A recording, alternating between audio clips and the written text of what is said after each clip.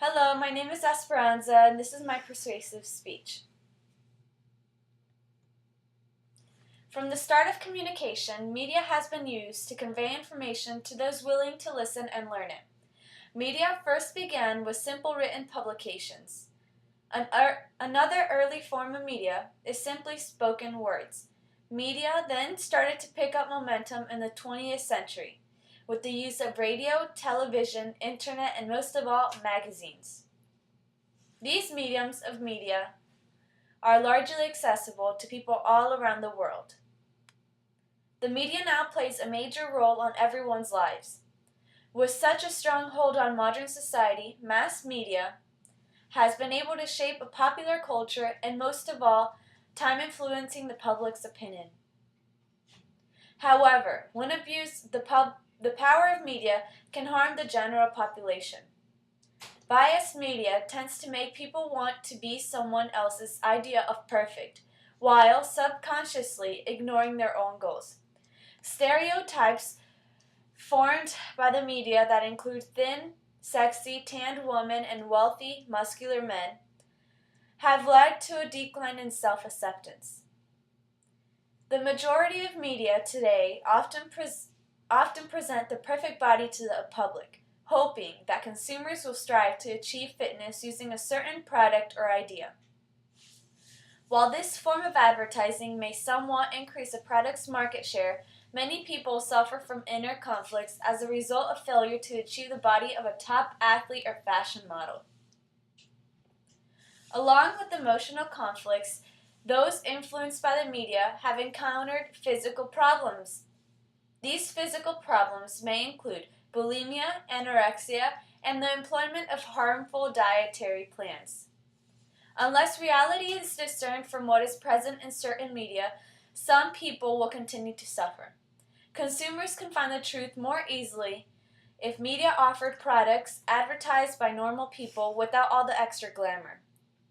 In addition to this, if the public could view advertising only as something to get one's attention and not portrayed of how one should look, there would be fewer problems.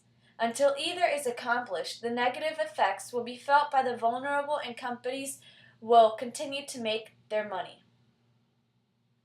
Those consumers give a false impression about a product through various forms of media are the ones who suffer from our society's portrayal of the perfect body.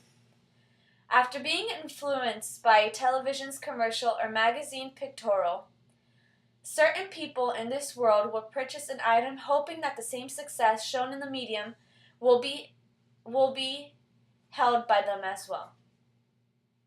The truth of the matter is, this hardly ever happens. Every day, ugly people wear sensual cologne and slow runners wear Carl Lewis track shoes. Mentally, some may feel an improvement, but in reality, nothing has changed. Realization of this leads to the demise of many individuals' self-pride. The severity of both the mental and physical damage done to the person's dependence on the case. Some may resort to extreme diets, more unnecessary spending, or a decline in social activity. After being rejected at a local bar despite the bath he took in polo sport, Jerry might finally understand that his appearance or personality is a problem, not his clone. The mental effects on the mass media's portrayal of the perfect body can cause people to resort to unhealthy methods of losing weight to attain the athletic look that many desire, including me. Such conditions that can occur from trying to lose weight too fast are bulimia and anorexia. Bulimia is a food disorder caused by mental insecurities. Doctors recommend that bulimic people see a psychiatrist because this illness symptoms include compulsive exercise, taking laxatives, and throwing up, which can cause one's body to become short on electrolytes. Losing electrolytes is really unhealthy. Anorexia is a similar condition in which one loses exorbitant amounts of weight, often by eating very little and vomiting what minute amount of food that is actually consumed. In one extreme case, a young woman lost an incredible 30 pounds in a period of a month. Because of the conscious being and purging, one's metabolism becomes abnormal and one puts on large amounts of weight by hardly eating anything.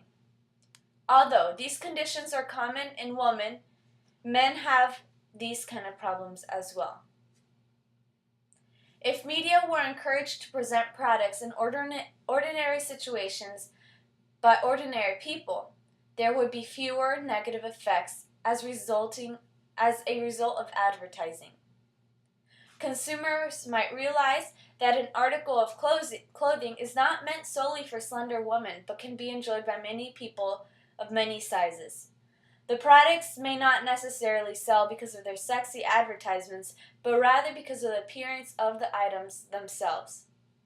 In the long run, more consumers and customers would buy the product simply because it simply appeals to them.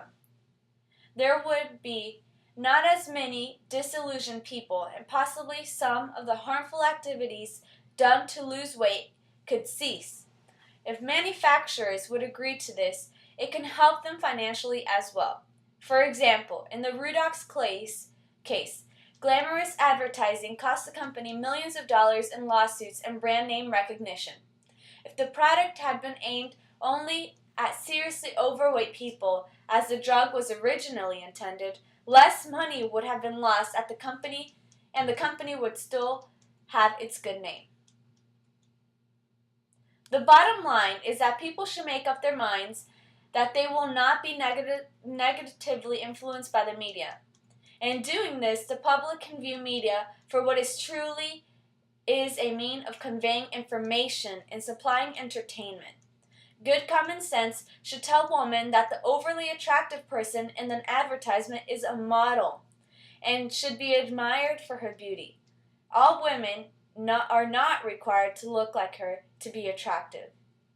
The process of differentiating fact from fiction in advertising cannot be described on paper. It can only happen in people's minds. It is true that some messages are sent subliminally, but if consumers would appreciate the advertisement for what it actually is, much of the ordeal could be avoided. As long as the method of advertising continues to sell the products for companies, there will still be the gorgeous woman bouncing around one's television screen with a Marlboro in her hand and a Versace evening gown covering very little of her body.